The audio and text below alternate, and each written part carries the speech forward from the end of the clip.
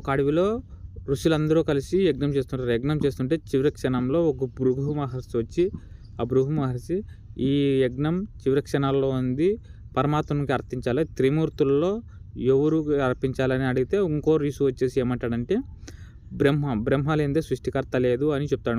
ఇంకో ఋషి వచ్చేసి శివునికి అర్పించాలి, పరమాత్మ అంతా శివుడే కదా, శివుడే అర్పించాలి. ఇంకో ఋషి వచ్చేసి లేదు, విష్ణుమూర్తికే అర్పించాలి, విష్ణుమూర్తే అందరికంటే పెద్దవాడు, ఆయనే లేకపోతే భూమి లేదు, అది ఇది అని చెప్తాడు.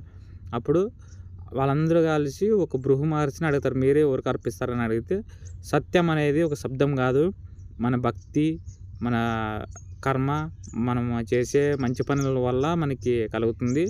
అలానే మనం ఎవరినైతే మనము సత్యం ధర్మం లేకుండా అధర్మం వైపు వెళ్తామో అప్పుడు ఆ త్రిమూర్తులే మనం శిక్షిస్తారు అని ఆ ఋషి చెప్తారు. అప్పుడు ఆ ఋషిమూర్తులు అందరూ కలిసి సత్యం అనే పదానికే కట్టుబడి ఉంటారు.